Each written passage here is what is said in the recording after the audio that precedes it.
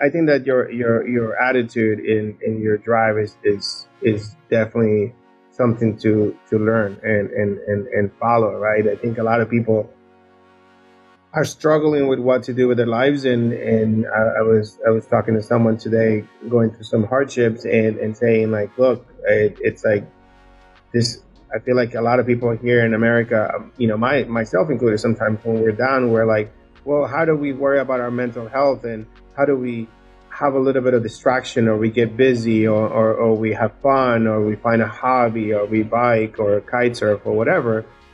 But I said the other option is you serve people, and you give, and really that's something that you're showing me, right? And that's something I want to learn from, right? Because it's like, instead of thinking selfishly, we think of others in what they need, and that gives us purpose and meaning, right? And so that's kind of why I wanted to be you here on the show, right? To tell the story of what it's like to dedicate so much of your time, right? Full time to this. And so tell me, like, for you personally, how is this satisfying? How does this has shaped your life, right?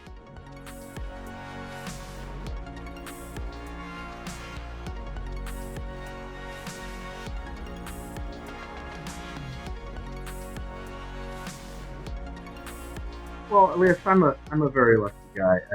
I recognize that, and I think you're spot on. I think service is an opportunity for us to stretch ourselves, but also to really, the real heroes. People are, oh, Kevin, you do great stuff, and I'm happy that I've contributed. But when we work with the students and those families in the rural poverty or in the barrios, those are the real heroes. I mean, the sacrifice that they've had to make is so much greater than, the granito de arena, the little bit that I've contributed. So that helps me step back and realize all the opportunities that I've been afforded.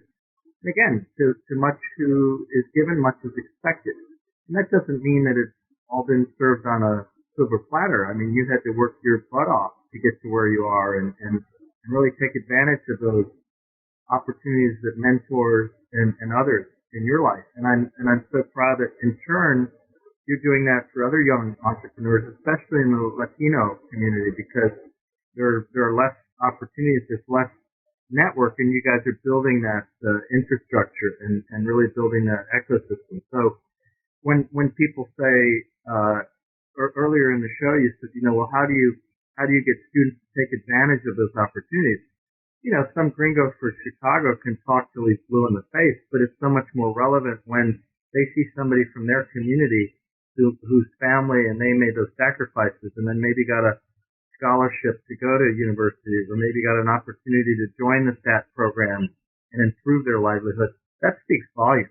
And so what you're doing here in the U.S. as a mentor and your network of mentors, that can really turn on that next gen to say, well, look, I mean, it can be done, Elias, not to say that everybody's going to build all these, but it's real. It's much more than, me getting up on a soapbox and saying, study hard, listen to your parents. So it's, service is, I'm the lucky guy. So, and frankly, the other positive thing is in a context that's so challenging like Central America or many contexts here in the United States where progress can be hard.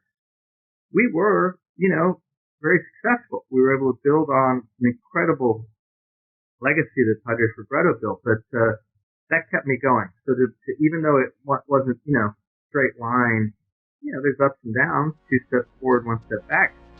In the last 30 years, we've created great change and great opportunities. So that kept me going as well.